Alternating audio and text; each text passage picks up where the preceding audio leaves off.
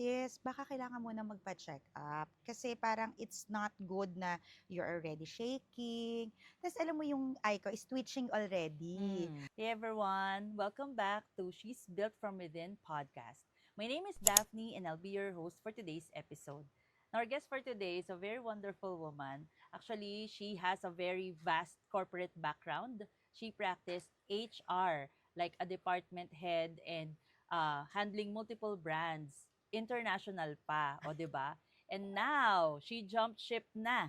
Hindi na siya nasa corporate, wala na siya sa rat race. And she Yes. chose her peace and her business over the steady paychecks. Please help me welcome our dear friend, Kat Acosta. Hi, good morning, everyone. Thank you for having me, Daphne. And I'm very happy to be one of your guests in your podcast. And I'm sure we have a lot of things to discuss and make chit chats later. Yes, grabe. And thank Ayan. you for allowing us to be Yeah. here in this beautiful space called the Kawa Nook in Alfonso, Cavite. Who would have Yes. thought that in this space, you'll see a lot of trees. Although Alfonso is known for a wedding destination, wedding reception, municipality, there's a hidden place here at Kawa Nook where you can see nature, you can enjoy the fresh breeze of the air, may mini pool, and then pwede kang ilaga. So Yes. we will show Name it, you some, sinigang or bulalo. yes, so the human bulalo. Yes. Later we'll share with you some of the clips that we've gotten from this space. But Yeah. going back to Kat, can you Yeah. please share with our audience your background and how you became a Yeah. business owner? Yeah. Okay. So it all started before when I was still in the corporate world. I really love to travel. Mm. So if you've noticed when you arrive earlier, it's more of like a Bali feels. Yeah. Yeah. Kasi parang it has been my stress reliever to travel. Yun yung naging go-to ko whenever I am super Mm. stressed or I just want to really clear up my mind. Because during the time that I was still in the corporate world, I've been handling different companies, to name a few, like Benz, Mazda. So I'm into automotive industry and I handled all the facets of HR. Simultaneously, since my boss was able to see that I can manage different projects, he also appointed me to manage a resort in Bataan, which is the name is Brisa Marina. I was also the one who created the name. Mm. It started from scratch. So during that time, I was really that energetic and aggressive in terms of multitasking and all. But then eventually, it hit me hard mentally, emotionally, and physically because who would have thought at a very young age, I think I was like mga 20 plus pa lang ako nun eh. I was already in the senior manager position. Mhm. So there, every weekend, I go to Bataan. On weekdays, I am in the south or north area because the office is in the south. Napagod ako sis. Parang during that time, sabi ko, I wanted to have a place na I can go to. So, the Kawanok, hindi ko pa alam yung name nung time na yon. But I wanted a safe space for myself or for people who are really um, tired of the everyday hustle and all. That's why nagkaroon ng Kawanok. Kasi during pandemic, my husband and I, we conceptualized and we wanted to have a place na we will run the business. Actually, hindi pa nga dapat farm eh, to be honest. Kasi both of us, me and my husband, we are beach lovers. We were supposed to open a business in Siargao. Mm, But when, wow. Okay, yes. Siargao. But when we did our feasibility study, we realized na napakalayo and we have 3 children. So my eldest is 23, my middle child is 16 and 8 years old. So sabi ko, pag doon tayo mag-business, kamusta naman yung mga kids natin? Parang mahihirapan sila mag-adjust, especially they're studying here in Manila. And then second, daanan pala siya ng bagyo. Yes. Kaya sabi Yes. ko, ayoko naman siguro na kakapatayo pa lang ng business, masisira na agad and all. And lastly, they do have a concern with electricity. Right. Laging brown out. Yes. So, Ang nangyari, we scout around Tagaytay area, Alfonso, Amadeo, Silang, name it. Marami kaming nakitang maganda, to be honest. However, it caught my attention because the owner of the property is already in her 90s. Okay. So, sabi niya, when she talked to us, sabi niya, I wanted to liquidate already. So, instead of us buying sa mga agents and all, I really wanted to help. Mm. And plus, there is a big selling point kasi merong batis dyan. Actually, hindi lang makikita, pero merong ilog dito sa likod namin. So sabi ko, maganda yon, no? So you have your cabin, you have your kawa. The kawa concept kasi, it started in Bali. Yun nga, dahil mahilig kami mag-travel, so I see different ideas and all. Ang sarap kasi ng feeling na whenever you dip yourself in the kawa, nakala mo lulutuin ka and all, 'di ba? So, sabi ko, magandang ano yun, parang concept. And then there's the bati. So, right after the hot therapy, cold therapy naman, or pwede The ring pool. pool. Yeah. Yun. So, doon siya nag-start. Okay. And what made you decide that enough is enough? Kasi being in the Mhm. corporate world, you get the steady paycheck. You have the regular benefits Mhm. like healthcare. Yung Yes. health card pala, I mean. Mm-mm. And then you have the SSS, you have the Pag-ibig, you have community or Yeah. yung mga colleagues mo who Mm. rally behind you, Yes. who work with you. So Yeah. what made you decide to jump from the comfortable to the uncomfortable? Okay. Actually, it wasn't a very easy decision because for 2 decades, I've been in the corporate world. So the turning point is that when the physical manifestation, it already showed in my health. So I was already diagnosed with high blood pressure, and then my mental health is slowly deteriorating. At first, I was really in denial. Parang I asked myself, is this really me? Because I'm a very tough person. I don't easily give up. I have a very intensive training in terms of handling people or handling Of course. projects. I've been sent to different trainings, sis name it. Bookkeeping, revenue management. If you will see my training certificates, ang dami. So, nung time na yon, I had this one time in the office, parang nag-shake na yung hands ko. Oh. Yes. So, dun na nag-start. But at first, I thought, I was like, wala yan. Parang you're just tired, Katrina. Breathe in, breathe out. Just go out. Eat first. Kasi sometimes, I don't get to eat during lunchtime because of the Ganon. meetings and all. Okay, grabe. So, yes, parang, so sabi ko, so yeah, I was really in denial. But then again, one of my friend, they do have a business in Parañaque. She said, sis, baka kailangan mo na magpa-check up. Kasi parang it's not good na you're already shaking. Tapos alam mo yung eye ko is twitching already. Mm. So, sabi ko, hindi, I'm just tired. But then again, nagkaroon na ako ng mga insomnia, Mhm. hindi na ako nakakatulog sa gabi. Kasi hanggang panaginip sis, napapanaginipan ko ang aking projects or yung mga task ko Yeah. every day. Because I'm a goal-getter. Mhm. And I am driven with deadlines and timelines. So if I don't meet the deadlines and timelines, I'm already agitated. Oh, okay. So, whenever I don't deliver or sometimes I feel na the team will not be able to deliver on time, ayan na, napapanic mode na ako. And then, kasi I started from scratch before I was promoted to manager, then senior manager.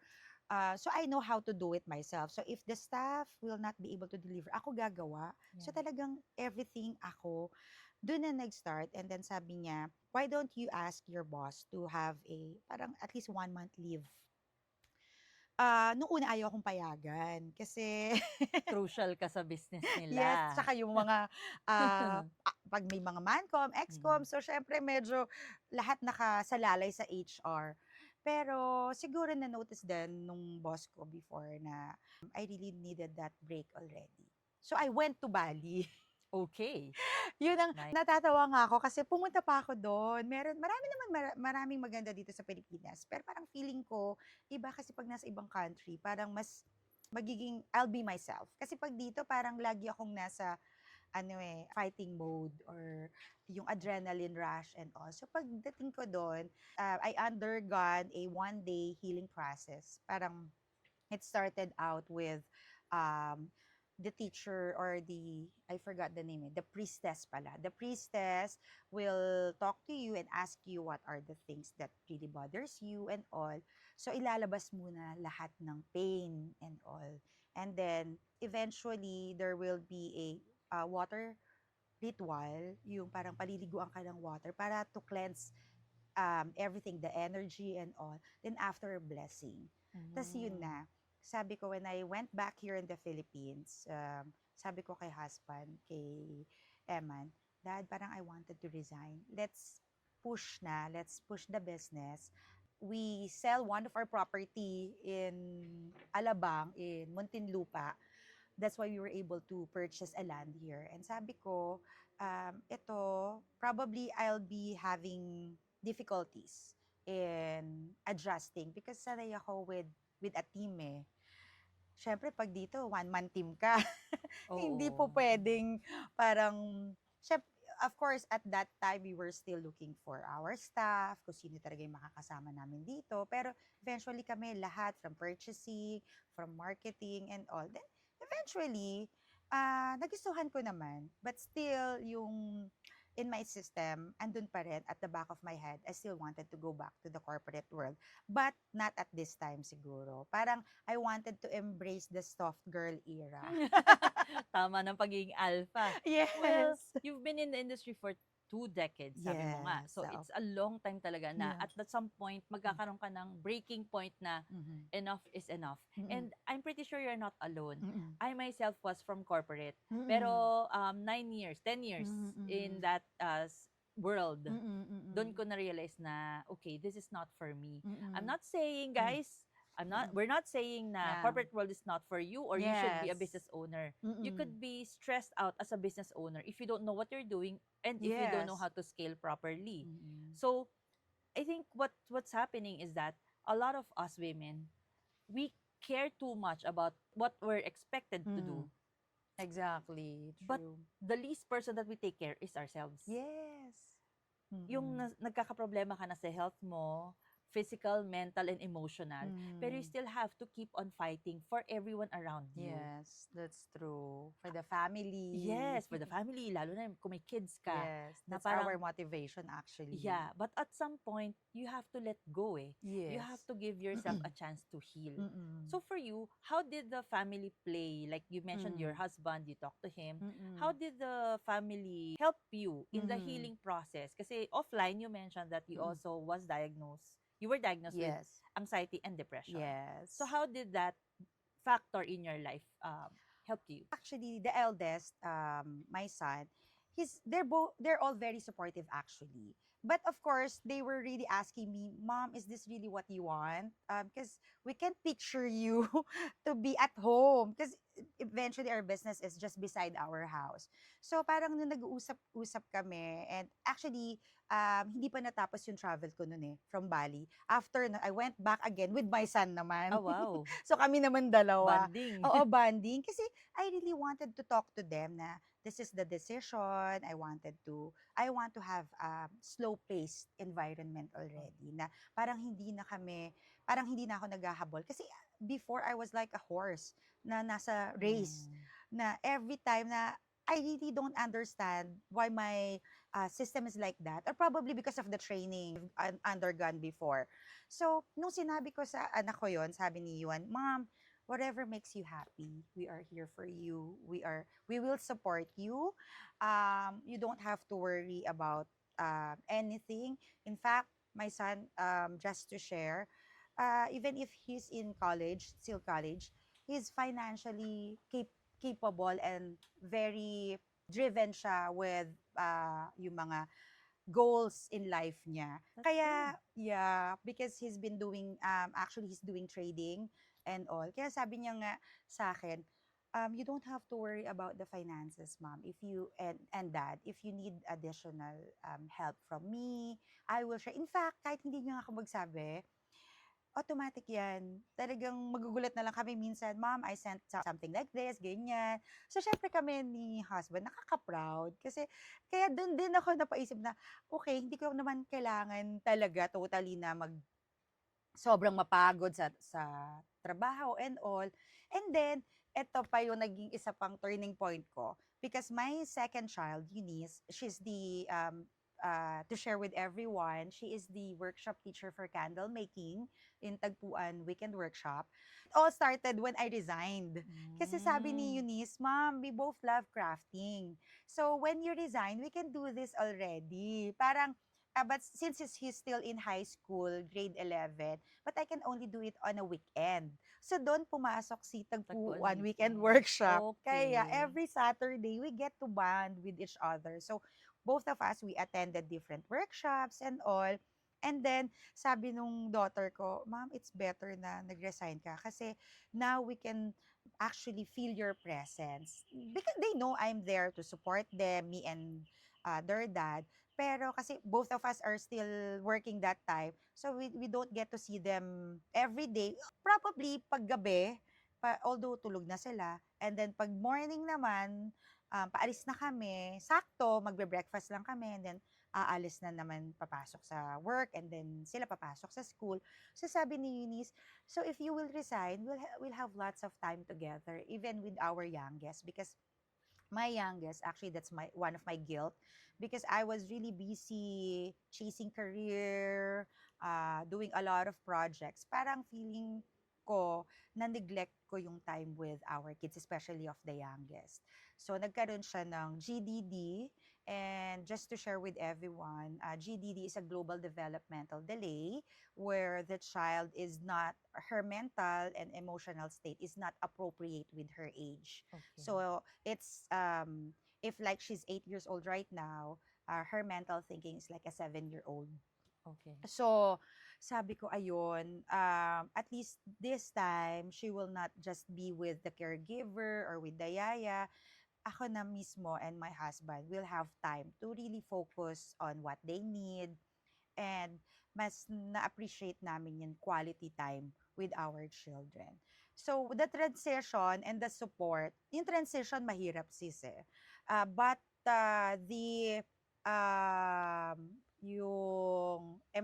when I embrace the new era of my life, hindi ako masyado nahirapan because my family, my kids, they're very supportive of me.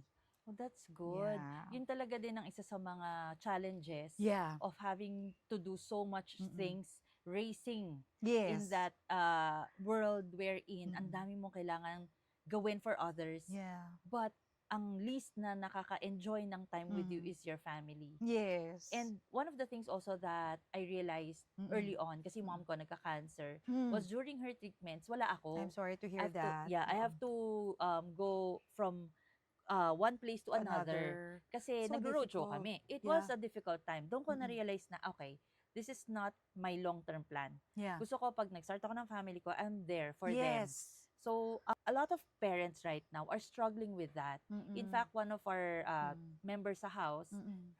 one kid is Mm-mm. sa kanilang province and the Mm-mm. other is with us. Mm. Pero of course, it's Mm. different, it's difficult. Kahit pa sabi mong nakikita mo sa social media Mm-mm. or nag-video call kayo, iba pa rin yung magkasama kayo ng kids Yes. mo. Because the ng physical fami- touch, the Yes, hug, yes. and all. Yes. And a lot of parents are Mm-mm. struggling with that, having no choice. Mm-mm. No choice, quote Mm-mm. and quote, but Mm-mm. in reality, there's a lot of choices. Yeah. Totoo. I agree. Siguro we're just very lucky then to see the other side of the, Mm. of the road, Yes. the road less taken, and with the support Yes. of our family around Yes. us. True. If there's Mm-mm. one thing that you could Mm-mm. say Mm. to your former colleagues, Yeah. Okay. like a quick message for them, what would Yeah. you tell them? Actually, probably I miss you all, of course. I miss the world. I miss the corporate world, to be honest, because I've been there for 2 decades. But don't be afraid to follow your heart, to follow what will make you truly happy. You can go out of your comfort zone, but don't be afraid because eventually at first it's difficult. Then later on, pag medyo nagamay mo na yung ginagawa mo and all, it will be easy. Wala naman kasing task or road na madali eh. Everything will start, it will be a very challenging path for everyone. And sometimes, like me, parang I am still drawn to go back. But then again, I'm really analyzing and internalizing, do I really wanted to go back, or it's just the feeling of nami-miss ko lang? Of course, because you get to bond with them, you get to do multi-project and all. But eventually, like me, sabi ko nga eh, nung nag-resign na ako, when I'm still in the corporate, sabi ko kay hubby, nung parehas pa tayong nandun, we don't get to go out from time to time. We have to schedule. We have to Yeah. ask permission. Sometimes we wanted to have a leave like more than a week or two. We cannot. Yeah. Kasi, syempre, maraming maiiwan ng mga pending deliverables. And pag nagbakasyon ka naman, hindi ka rin makaka-enjoy because you will still think of the things that you still have to finish in the office. So, minsan nga kami, my husband and I, pag kunyari medyo napapagod din kami sa business kasi it's also a challenging task. Malapit tayo sa Batangas. Right. Biglang pupunta lang kami Beach. doon. Oo. Oo. Ano na yun, very spontaneous. Pagkagising sa umaga, minsan sabihin ko, Daddy, wala naka-check-in, tara.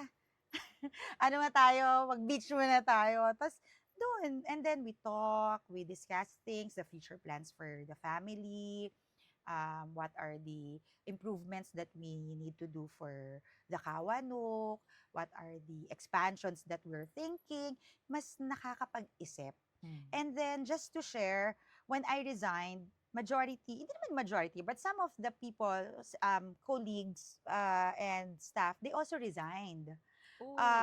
They have their own reasons as well, but they also shared with me that they were na-inspire sila because sabi nila, kung si Ma'am Kim or Ma'am Kat nag-resign and all to follow her heart, kami din. So just to share, some of my staff now, they opened their own cafe. That's good. They opened their own car, automotive mechanic business. Yung iba naman, nasa travel business naman. So, you'll get to parang realize na life is not a race. Yeah. Na hindi mo kailangan madiliin lahat. And you really have to enjoy every moment. And because in a snap, pwedeng mawala lahat. Like one of my friends who stayed here for 3 days and 2 nights, just to share, kagabi we have our parang chit-chats, konting kwento-kwento, because her husband died last year. Oh, sorry. So, yeah. Actually, from here, pag check out nila, diretso sila sa doon sa Dasma to visit her husband. Sabi niya sa akin, sis, I'm so happy for you because, and cherish the moment that you have with your family. Because imagine me, in one snap, nagbakasyon lang sila dito sa Pilipinas. They're already based in Australia. At then it happened, heart attack yung husband niya and all. So sabi niya, sis, kaya every moment counts. Your decision to spend time with your children, the decision to spend time with your husband, the decision to take care of yourself, very good yan. Because you'll never know. Our life is, it's just borrowed. So we'll never know kung kailan tayo tatawagin ni Lord. Kaya kung saan ka masaya, go for it. Oh, So it struck yeah. me. Yeah, as with anyone else din naman na who needs to hear this, life is too short. Yes. The moment that you least expect it, dun mawawala yung either the moment or the person. Yes. Correct. Hindi mo talaga masasabi kung kailan. So yeah, I agree with you that appreciate every moment that you have with the people that you love. So, okay. So this is the interesting part. What's next for you and your empire? Yes, I'm attracting it. You're gonna have a resort empire. Yeah. Honestly, thank you for that, Daph. Pero to be honest, kung sa corporate world, I am more of the dragon. Dito, nag-shift eh. Oh. It's more of like, I wanted a business that would not really consume so much of my time. of our time. Kaya nag-uusap kami ni hubby na siguro dahil nga napagod kami parehas, we wanted something that is really manageable. Mm. Something that not is so big na we will be having a lot of stuff. Kasi we've been there, ang daming, I mean, na-manage and all. For me, uh, time is really of, yun ang very important thing for us, to have time with each other and to have time with our children, to have time with the community, to give back.